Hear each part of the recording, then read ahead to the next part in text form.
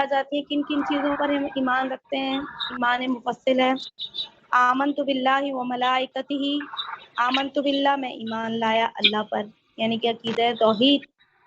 و ملائکتہ اور ملائکہ پر، و رسولہ اور رسولوں پر، والیوم الآخری اور یوم آخرت پر، والقدر خیرہ و شرہ اور اچھی اور بری تقدیر پر، من اللہ تعالی والبعث بعد الموت اور مر کے جی اٹھنے پر. وہی یعنی کہ آخرت کا دن بننے کے بعد جب ہم نے دوبارہ اٹھنا ہے وہ دن.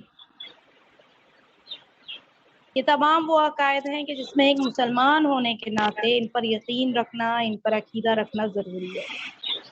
سب سے پہلی چیز ہے عقیدہ توحید. توحید کے لفظی معنی کیا ہے؟ ایک ہونا، یکتا ہونا. توحید احد سے بنا ہے جس کے معنی ایک اور صرف ایک کے ہیں. توحید کی اگر تعریف کریں تو کس طرح ہوگی کہ اللہ تعالیٰ کی ذات کو ایک اور صرف ایک ماننا، یعنی اللہ تعالیٰ کے سوا کسی دوسرے کو معبود نہ ماننا، یہی توحید کہلاتا ہے. ہم جب قرآن کریم کا مطالعہ کرتے ہیں تو یہ بات معلوم ہوتی ہے کہ قرآن کریم میں لفظ توحید تو کہیں پر بھی استعمال نہیں ہوا، بلکہ واحد اور احد کا لفظ جو ہے یہ استعمال ہوا ہے، جس کے معنی صرف اور صرف ایک کے ہیں. اللہ تعالیٰ وہ ذات ہے کہ جس کے جو تمام کائنات کے وجود کے میں آنے سے پہلے بھی موجود تھا. اس نے ہی تمام کائنات کو پیدا کیا. وہ بااختیار ہے، جو چاہے پیدا کرے اور جس کو چاہے پیدا نہ کرے. وہ اس چیز میں کسی دوسرے کا محتاج بھی نہیں ہے، بلکہ تمام کی تمام مخلوق صرف اسی کی محتاج ہے. وہ اپنی تمام صفات کے ساتھ یکتا ہے اور اس کی ذات اور صفات میں کوئی بھی دوسرا شریک نہیں ہے. یہ عقیدہ رکھنا عقیدہ توحید کہلاتا ہے. سمجھ میں آ گیا عقیدہ توحید کیا ہے؟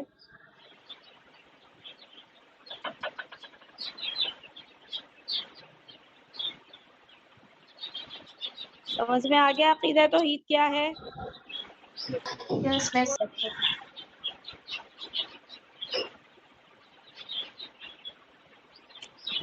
شروع سے لے کر یعنی کہ حضرت آدم علیہ السلام سے لے کر جتنے بھی انبیاء آئے ہمارے پیارے نبی کریم صلی اللہ علیہ وسلم تک، تمام نبیوں نے اپنی امتوں کو عقیدہ توحید کی تعلیم دی کہ اللہ کو ایک مانو، اللہ کی عبادت کرو، اللہ کی طرف ایمان لے کر آؤ. ان سب کی بعثت کا مقصد صرف اور صرف اللہ کو ایک ماننا. قرآن کریم میں بھی عقیدہ توحید کے بارے میں پرزور بیان ہے. کیوں ہے؟ کہ اسلام کا سارے کے سارا نظام جو ہے وہ اسی عقیدے کے گرد گھومتا ہے. عقیدہ توحید ہی زندگی کے ہر شعبے کی جان ہے. اسی عقیدے نے انسانیت کو گمراہی سے نکال کر، جہالت سے نکال کر معراج تک پہنچایا ہے.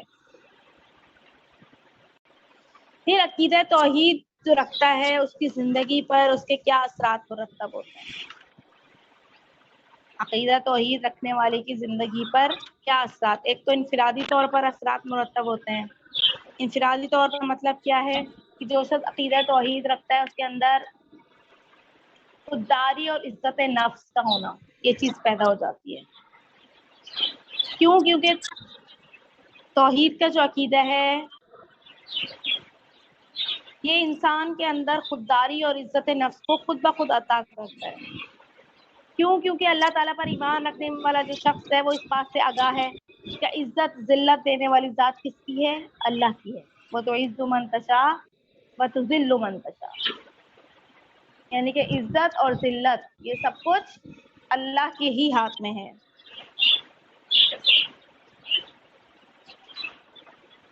لہذا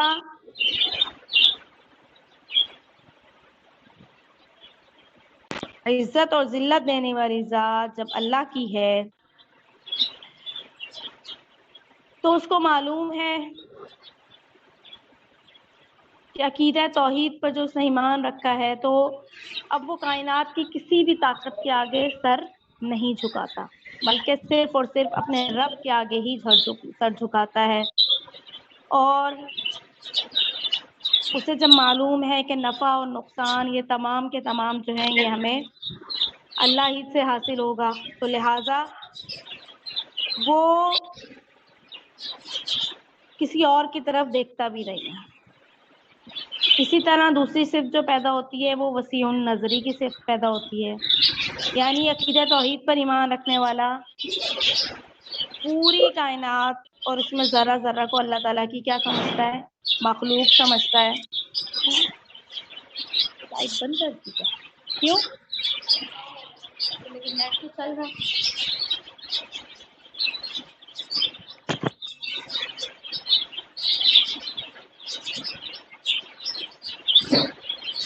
تیسری چیز جو ان میں پیدا ہوتی ہے وہ ہوتی ہے پاکیزگی نفس، یعنی کہ نفس کا پاک و صاف ہو جانا۔ عقیدہ توحید پر کامل ایمان رکھنے والے کو اس بات کا یقین ہوتا ہے کہ ایمان اور عمل صالح ہی نجات کا ذریعہ ہے، اس لیے وہ عمل کرنے کے لیے چونکہ پاکیزگی شرط ہے، اس لیے ظاہری پاکیزگی کے ساتھ ساتھ اس کے اندر نفس کی روحی پاکیزگی بھی خود بخود پیدا ہو جاتی ہے۔ اسی طرح عقیدہ توحید رکھنے والے کے اندر تقوی اور پرہیزگاری پیدا ہو جاتی ہے، عزم اور حوصلہ پیدا ہو جاتا ہے، صبر اور توکل پیدا ہو جاتا ہے، عدل اور انصاف کرنے کی صلاحیت پیدا ہو جاتی ہے، بہادری اور دلیری پیدا ہو جاتی ہے، یعنی کہ اور قناعت اور بے نیازی ہو جاتی ہے، سکون دل یعنی کہ اطمینان قلب، یہ بھی عقیدہ توحید رکھنے والے کے دل میں یہ چیزیں، یہ تمام صفات کا وہ حامل ہو جاتا ہے۔ سمجھ میں آ گئی یہ باتیں؟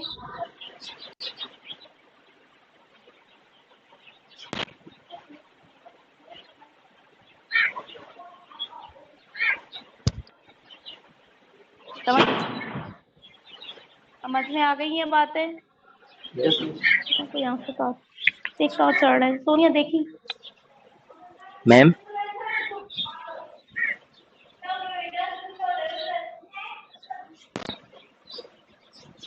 جی بولے۔ میم یہ صفات تھی نا آخری والی، یہ دہرا دیں۔ آخری صفات میں کیا ہے؟ جو عقیدہ توحید رکھتا ہے اس کے اندر خودداری اور عزت نفس پیدا ہو جاتا ہے، وسیع النظری یعنی کہ اس کی نظر دور تک جانے لگتی ہے، کہ کائنات کے ایک ایک ذرے پر غور و فکر کرنے لگ جاتا ہے، نفس کی پاکیزگی اس کے اندر خود بخود پیدا ہو جاتی ہے، تقوی اور پرہیزگاری اس کے اندر پیدا ہو جاتا ہے، عزم اور حوصلہ اس کے اندر پیدا ہو جاتا ہے خود بخود،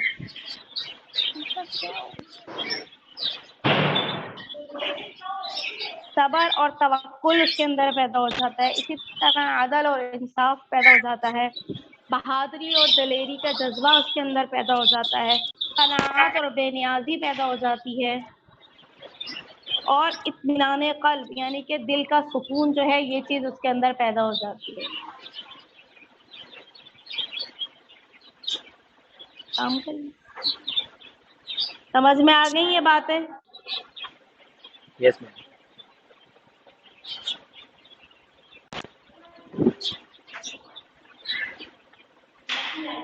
اسی طرح انسان کی اجتماعی زندگی پر جو اس کے اثرات مرتب ہوتے ہیں وہ کیا ہوتا ہے کہ وہ عقیدہ توحید پر کامل ایمان۔ میم جی میم اسٹوڈنٹس کو کلاس میں کریے، میسیجز آ رہے ہیں کیا؟ ان کے، اسٹوڈنٹس کو ریکویسٹ ایکسیپٹ کر لیں کلاس کی، پینڈنگ پر ہوں گی، میسیجز آ رہے ہیں ان کے۔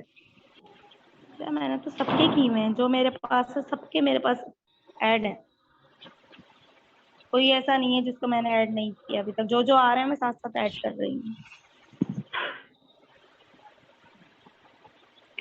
مطلب جب ہم دنیا پر ایک نظر ڈالتے ہیں تو ایک افراتفری کا عالم ہمیں دکھائی دیتا ہے، کیونکہ دنیا میں کیا ہے، مختلف قسم کے مذاہب بن گئے ہیں، اقوام عالم میں ہر ایک قوم نے اپنا اپنا خدا بنایا ہوا ہے، جس کی وجہ سے پوری دنیا مصیبتوں اور پریشانیوں میں مبتلا ہے۔ جب تک سب کے سب قوم ایک خدا پر کامل یقین نہیں رکھیں گے، پریشانیوں میں مبتلا رہیں گے۔ ایک خدا پر کامل یقین رکھنا ہی تمام اقوام کی پریشانیوں اور مصیبتوں سے نجات کا ذریعہ ہے۔ دوسری چیز ہے عالمگیر تنظیم کہ عقیدہ توحید پر ایمان اقوام عالم کے اشتراک کا سبب بن سکتا ہے. مطلب تمام دنیا کی جو اقوام ہے جب تک ایک نقطہ توحید پر جمع نہیں ہوں گے تو ان میں اشتراک اور یگانگت پیدا نہیں ہو سکتی، جس کی وجہ سے وہ باہمی اختلاف میں ہمیشہ رہیں گے. اسی طرح احترام انسانیت، ہم سب کس کی اولاد ہیں؟ حضرت آدم علیہ السلام کی اولاد ہیں. ہم سب کیا ہیں؟ ہر لحاظ سے برابر ہے. تو لہذا ہر انسان کو چاہیے کہ وہ دوسرے انسان کا احترام کرے، اور یہ چیز ہمیں کیا سکھاتا ہے؟ عقیدہ توحید کے ذریعے ہی ہمیں یہ چیز سمجھ میں آتی ہے کہ ہر انسان کو چاہیے کہ وہ دوسرے انسان کا احترام کرے، اس کا خیال رکھے. یہ باتیں سمجھ میں آ گئی؟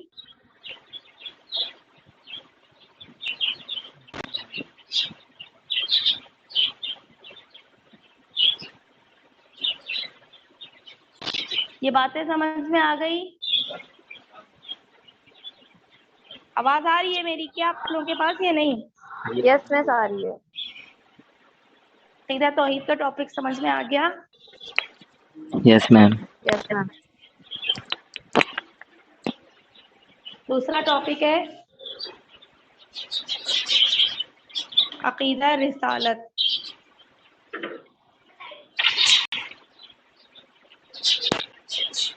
عقیدہ رسالت یعنی کہ اللہ تعالیٰ کے رسولوں پر ایمان لانا. پہلا کیا تھا؟ سب سے پہلی بنیادی چیز ہوتی ہے عقیدہ توحید، وحدانیت پر ایمان لانا. دوسری چیز ہے رسالت، کہ اللہ نے جو نبی ہم پر بھیجے، جو رسول ہم پر بھیجے، جس نے ہمیں دین کی دعوت دی، جس نے ہمیں عقیدہ توحید کی طرف لے کر آئے، وہ کون تھے؟ وہ رسول تھے. تو ان پر بھی ایمان لانا یہ ہر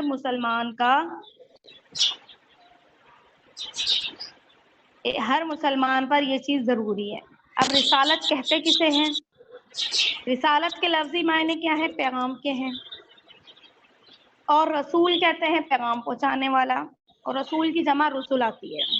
اسی طرح نبوت کے لفظی معنی کیا ہے؟ خبر کے ہیں. نبی کے لفظی معنی ہے خبر دینے والا، اور نبی کی جمع انبیاء آتی ہے. اب نبی اور رسول میں فرق، رسول وہ ہے کہ جس کو اللہ تعالیٰ کی طرف سے نئی شریعت، نئی کتاب دی جاتی ہے، وہ رسول ہوتا ہے. وہ اللہ تعالیٰ کے احکامات جو ہیں وہ اپنے بندوں تک پہنچاتے ہیں، جیسے کہ حضرت نوح علیہ السلام، حضرت ابراہیم علیہ السلام، حضرت موسیٰ، حضرت عیسیٰ علیہ السلام، جن کو نئی شریعت اور نئی کتاب دی گئی وہ رسول کہلاتے ہیں. اور نبی وہ ہوتے ہیں جن کو نئی شریعت یا نئی کتاب نہیں دی جاتی، یہ سابقہ نبی کی ہی شریعت کو لے کر آگے چلتے ہیں، وہ نبی کہلاتے ہیں. نبی سے مراد حضرت ہارون علیہ السلام، حضرت الیاس علیہ السلام، یہ لوگ نبی ہیں. نبی اور رسول میں فرق سمجھ میں آ گیا؟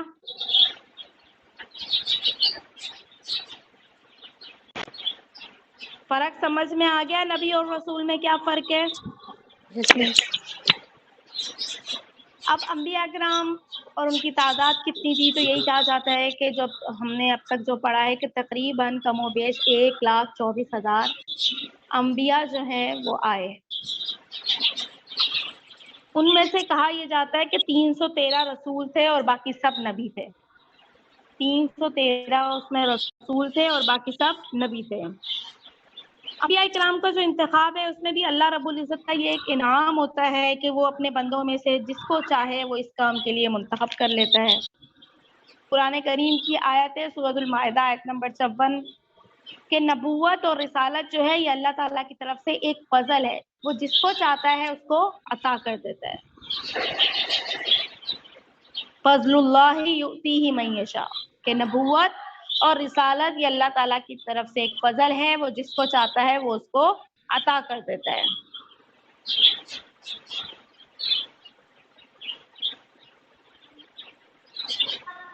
پھر ہر قوم کے لیے الگ الگ نبی مبعوث فرمائے گئے. اللہ تعالیٰ نے نبی اور رسول ہر ایک قوم کے پاس مبعوث فرمائے، جیسا کہ قرآن کریم میں موجود ہے وَلِكُلِّ أُمَّةٍ رَسُولٌ، ہر امت میں رسول بھیجے گئے. ہر ایک قوم کی ہدایت کے لیے، رہنمائی کے لیے انبیاء اکرام کو بھیجا گیا۔ پھر اس کی نبوت اور رسالت کی ضرورت کیوں تھی، کیوں پیش آئی، اس کی اہمیت کیا ہے؟ تو ہر ایک انسان کے لیے یہ بات مشکل ہے کہ وہ اللہ تعالیٰ سے براہ راست تعلق رکھ سکے، براہ راست رہنمائی حاصل کر سکے، اور اللہ تعالیٰ کی بھی شان کے یہ بات لائق نہیں ہے کہ وہ ہر ایک بندے کو الگ الگ سے ہدایات دیں، اور یہ بات بھی مناسب نہیں ہے کہ جبرائیل علیہ السلام ہر ایک انسان کے پاس جا کر اللہ تعالیٰ کے احکامات پہنچائیں۔ اسی لیے اللہ تعالیٰ نے انسانوں میں سے جسے چاہا اسے منتخب کر لیا، اس لیے انسانوں کی ہدایت اور رہنمائی کے لیے ان کو احکامات بتلائے جو انہوں نے آگے اپنی امتوں کو بتلائے۔ سمجھ میں آ گیا عقیدہ رسالت؟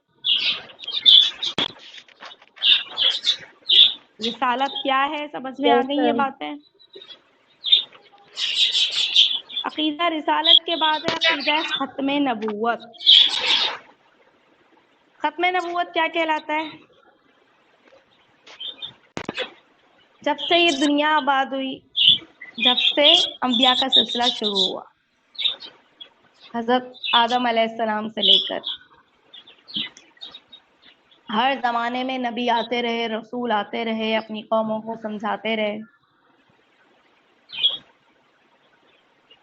پھر یہ نبیوں کا سلسلہ، یہ نبوت کا سلسلہ کس پر آ کر اختتام ہوا، مکمل ہوا؟ ہمارے پیارے نبی کریم صلی اللہ علیہ وسلم پر آ کر انہوں نے اس نبوت کے سلسلے پر مہر لگا دی، اس کو ختم کر دیا، مکمل کر دیا۔ اسلام دین یہ آخری دین ہے اور ایک مکمل دین ہے جو تا قیامت تک یہی دین رہے گا۔ نبی کریم صلی اللہ علیہ وسلم کا وہ سلسلہ، نبوت کا وہ سلسلہ جو اللہ تعالیٰ نے حضرت آدم علیہ السلام سے شروع کیا تھا، وہ سلسلہ حضرت محمد صلی اللہ علیہ وسلم پر ختم کر دیا۔ آپ صلی اللہ علیہ وسلم اللہ تعالیٰ کے آخری نبی اور رسول ہے، آپ کے بعد کوئی نبی اور رسول نہیں آئے گا۔ یہ عقیدہ رکھنا عقیدہ ختم نبوت۔ اور ختم کے لفظی معنی مہر لگانے کے آتے ہیں۔ مہر لگا دینا، کسی کام کو اخیر تک پہنچا دینا۔ پھر نبی کریم صلی اللہ علیہ وسلم کی جو نبوت اور رسالت ہے یہ عام ہے، تمام مخلوق کے لیے ہے، کسی کے لیے خاص نہیں ہے۔ ہر نبی جو آتے تھے ان کی جو نبوت اور رسالت ہوتی تھی وہ انہی کے زمانوں کے ساتھ خاص ہوتی تھی، انہی کی قوم کے ساتھ خاص ہوتی تھی، لیکن نبی کریم صلی اللہ علیہ وسلم کی نبوت اور رسالت ہر کسی کے لیے ہے، قیامت تک آنے والے ہر انسان کے لیے ہے۔ پھر ہم کسی بھی عقیدے کو ثابت کرتے ہیں یا کسی بھی چیز کو، جو ہمارے سامنے کوئی مسئلہ موجود ہے یا کوئی بھی بات موجود ہے، اس کو دلائل کے ساتھ ثابت کرتے ہیں، تو ہمارے پاس 4 چیزوں کی ضرورت ہوتی ہے۔ گویا کہ شریعت کے 4 ماخذ ہوتے ہیں۔ ایک ہوتا ہے قرآن، دوسرا حدیث، تیسرا اجماع اور چوتھا قیاس۔ کیا ہے؟ قرآن، حدیث، اجماع اور قیاس۔ قرآن یعنی کہ کسی بھی چیز کو قرآنی آیت سے ثابت کرنا، دوسری چیز ہے حدیث، کسی بھی چیز کو حدیث سے ثابت کرنا، اجماع یعنی کہ کسی بھی ایک نقطے پر جہاں تمام علماء اکرام، تمام لوگ آ کر جمع ہو جائیں وہ اجماع ہوتا ہے، اور قیاس۔ تو عقیدہ ختم نبوت کو بھی سب سے پہلے ہم قرآن کریم سے ثابت کریں گے۔ قرآن کریم میں ارشاد خداوندی ہے سورۃ الاحزاب کی آیت نمبر 40 ہے، ما کان محمد ابا احد من رجالکم، کہ محمد صلی اللہ علیہ وسلم کسی بھی آدمی کے باپ نہیں ہیں، ولیکن رسول اللہ و خاتم النبیین، لیکن وہ اللہ کے رسول اور آخری نبی ہیں۔ کیا ہیں؟ وہ اللہ کے رسول اور آخری نبی ہیں۔ قل یا ایھا الناس انی رسول اللہ الیکم جمیعا، اے لوگو بے شک تم میں اللہ کے رسول کو بھیجا ہے جو تمام کے تمام لوگوں کے لیے نبی ہے۔ کیا فرما دیا اس آیت میں؟ سورۃ الاعراف کی آیت نمبر 158 ہے، قل یا ایھا الناس انی رسول اللہ الیکم جمیعا، کہ فرما دیجئے اے لوگو تم سب کے لیے میں رسول بنا کر بھیجا گیا ہوں۔ اسی طرح قرآن کریم میں ایک اور جگہ ہے وما ارسلناک الا کافۃ للناس، اور ہم نے آپ کو تمام لوگوں کے لیے رسول بنا کر بھیجا ہے۔ اسی طرح ایک اور جگہ موجود ہے وما ارسلناک الا رحمۃ للعالمین، کہ ہم نے آپ کو تمام جہانوں کے لیے رحمت بنا کر بھیجا ہے۔ گویا کہ قرآن کریم کی تمام جو آیات ہیں وہ اس چیز پر ہیں، بہت ساری آیات کے جن سے یہ بات معلوم ہوتی ہے کہ نبی کریم صلی اللہ علیہ وسلم آخری نبی ہیں۔ اسی طرح حدیثوں میں بھی کثیر تعداد ہے کہ جس میں آپ صلی اللہ علیہ وسلم کی ختم نبوت کا تذکرہ ہے۔ ایک حدیث ہے، آپ صلی اللہ علیہ وسلم نے ارشاد فرمایا کہ نبوت اور رسالت کا سلسلہ مجھ پر ختم ہو گیا، اب میرے بعد نہ تو کوئی نبی آئے گا اور نہ ہی کوئی رسول۔ آپ صلی اللہ علیہ وسلم کے خود کے الفاظ ہیں، آپ صلی اللہ علیہ وسلم نے فرمایا کہ نبوت اور رسالت کا سلسلہ مجھ پر آ کر ختم ہو گیا ہے، اب میرے بعد نہ تو کوئی نبی ہے اور نہ ہی کوئی رسول۔ اسی طرح ایک اور حدیث میں آپ صلی اللہ علیہ وسلم نے فرمایا میرے بعد کوئی نبی نہیں ہے اور میری امت کے بعد کوئی امت بھی نہیں ہے۔ کیا فرمایا کہ میرے بعد کوئی نبی نہیں ہے اور میری امت کے بعد کوئی امت بھی نہیں ہے۔ اسی طرح ایک اور روایت ہے حضرت جابر رضی اللہ تعالیٰ عنہ سے کہ آپ صلی اللہ علیہ وسلم نے فرمایا میری اور مجھ سے پہلے گزرے ہوئے جو نبی ہیں ان کی مثال ایسی ہے کہ جیسے ایک شخص نے ایک خوبصورت عمارت بنائی مگر اس میں ایک اینٹ کی جگہ خالی چھوڑ دی، اور وہ اینٹ میں ہوں، یعنی کہ محمد صلی اللہ علیہ وسلم ہے۔ حدیث مبارکہ سمجھ میں آ گئی؟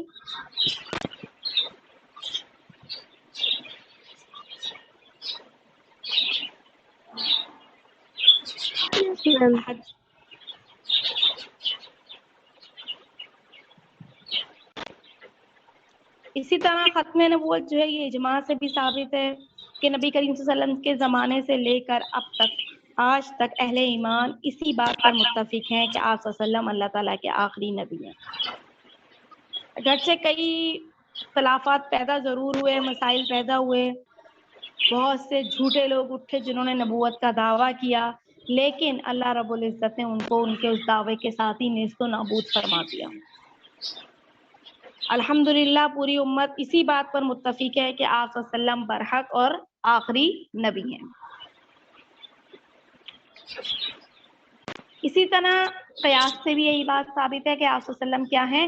آخری نبی ہیں، اور آپ صلی اللہ علیہ وسلم کو ہی آخری نبی مانا جائے، اس لیے کہ دین کی تکمیل کے بعد نبوت اور رسالت کی بھی ضرورت نہیں رہتی۔ قرآن کریم میں واضح طور پر موجود ہے الیوم اکملت لکم دینکم، کہ آج کے دن ہم نے تم پر دین کو مکمل کر دیا۔ تو اس دین کو کی جب تکمیل ہو گئی تو اس کے بعد نبوت اور رسالت کی ضرورت نہیں رہتی۔ ہر ایک چیز کو ایک نہ ایک دن کیا ہے ختم ہو جانا ہے، تو نبوت اور رسالت بھی ایک مخلوق ہے کہ جس کو ختم ہونا تھا، اس لیے وہ خاتم النبیین حضرت محمد صلی اللہ علیہ وسلم پر آ کر ختم ہو گئی۔ آپ صلی اللہ علیہ وسلم کے بعد نہ ہی کوئی نبی اور رسول آئے گا اور نہ ہی آیا ہے۔ سمجھ میں آ گئی یہ بات آپ لوگوں کے؟ مس قیاس کیا ہے؟ قیاس یہ ہے، دیکھو قیاس کا مطلب یہ ہوتا ہے کہ ایک چیز ہے جو ہم ثابت ہے اس پر رکھتے ہوئے ہم دوسری چیز کو جو ثابت کرتے ہیں۔ جس طرح تکمیل دین کے بعد اب ہمیں کیا ہے نبوت اور رسالت کی ضرورت نہیں رہی، اسی طرح ہر ایک چیز کو دنیا میں کیا ہے ختم ہو جانا ہے، تو لہذا نبوت اور رسالت بھی ہے، یہ کیا ہے ایک مخلوق ہے کہ جس کو ختم ہونا تھا، اس لیے اس کو کہاں پر آ کر ختم کیا؟ نبی کریم صلی اللہ علیہ وسلم نے آ کر اس چیز کو ختم کر دیا، اس پر مہر لگا دی۔ سمجھ میں آئی یہ بات؟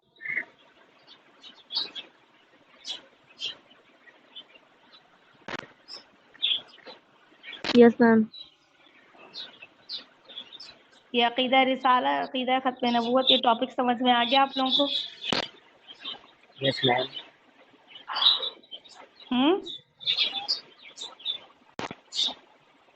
ٹاپک یہ سمجھ میں آ گیا جو میں نے آج پڑھا ہے؟ یس میم.